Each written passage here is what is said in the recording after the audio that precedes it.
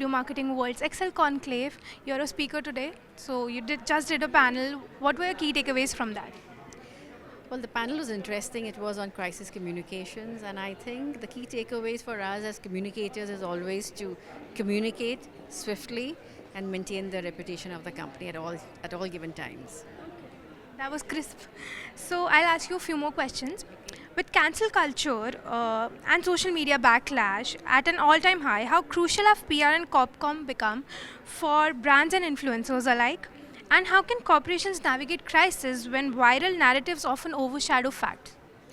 I think that's quite a pertinent question because influencers today also play a very big role in the marketing plans of various companies. Having said that, I think companies need to choose their influencers very well, and also influencers need to understand that they now represent brands. There was a time when they had nothing and they were just building their profile, but when they get signed up by big brands, the onus is on them to not make frivolous remarks or sensationalize remarks in public domains, because at the end of the day they are seen as representing a brand behind them.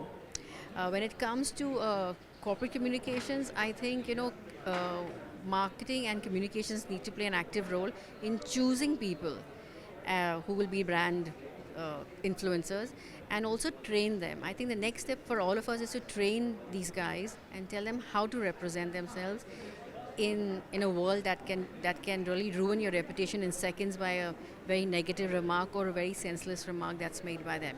So I think that is something that we don't do, and with the recent fiasco that has happened that we all know about it, I think this is a learning that we all have to do, and the PR machinery has to work in this proactive effort rather than a reactive way. That was quite an insightful answer. So, if I ask you, what communication channels or platforms have delivered the most meaningful engagement for brands or probably your clients, and which ones do you see declining in the coming times? What would you say? So for us, traditional media still works. Regional media also works for us very well. Business publications or basically trade publications work for us still. They're still very relevant and still important for us. We've seen a rise in influencers, and they also are driving instant gratification for the brand compared to traditional media. So I think these two things work very well for us, and we are using them effectively in our day-to-day functioning. Digital media continues to build up and are used in sporadic manners on need to work basis. I think that's it. One last question to you.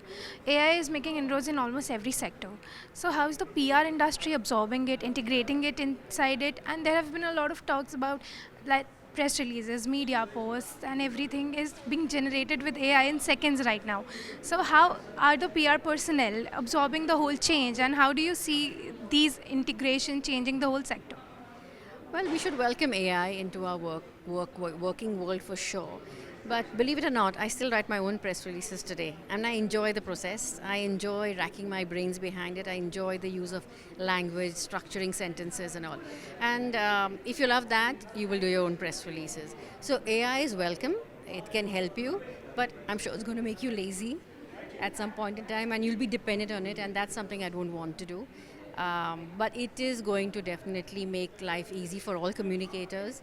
It's going to give them a lot of access to a lot of more information, which is great. But I think we should not lose our touch in writing content, because that gives me a lot of joy in my job. That was the first one since morning on this perspective. Thank you so much for your time. Yeah. Thank you so much.